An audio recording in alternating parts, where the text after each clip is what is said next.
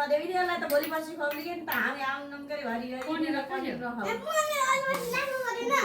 अनि भाग्यो अनि फेरि खानु पर्छ खाऊ खाऊ ल यहाँ हाम्रो रामुको छोरा चाचर रहेछ मेरो इज्जत खानु तिमीले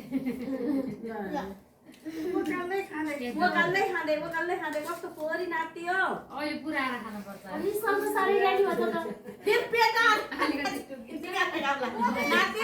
नाति पेटामा राख फेरि पछि खाउला भोक लागेला छिटो खाऊ त ल पेटामा राख पछि भोक लागेपछि पेटा छिटो खाने बेला भयो र अन्ली भयो हैन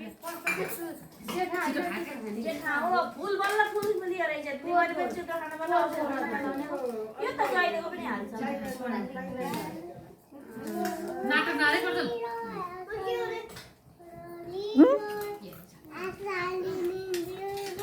किनेर कति बजेको बस्न जाने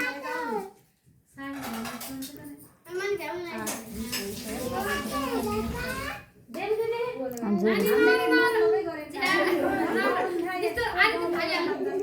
गाउँबाट हामीले पनि त कति खान्छ मलाई त गाउँबाट खानु मन लाग्छ बर्दिया खान्छ तिमीलाई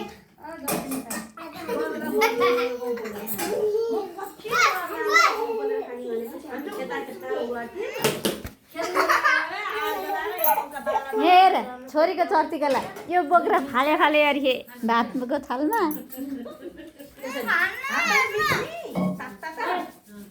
त्यो चिसो वासी पनि मिच्चिन नि हैन दिदी घरै ल्याएर नि खान्दिन्छ घरै ल्याएर पनि नाङ्ला पनि गरेर अब खेतमा घाँस काट्दा काट्दै मैले आया नारलको खेत गर्दाखेरि कुसिरबाट तोडेर खाएँ मामा कहाँ फल्यो यो गाउँभित्र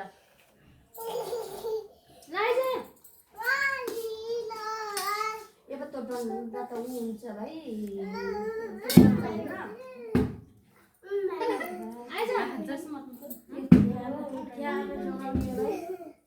मान्छे देखेर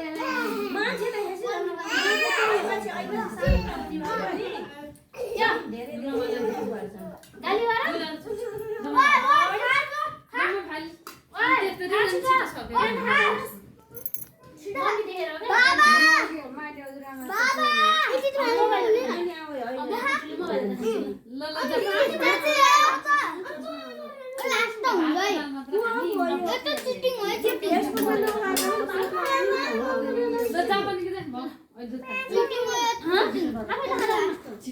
त्यहाँ भिडियो बनाउनु भयो दिदीले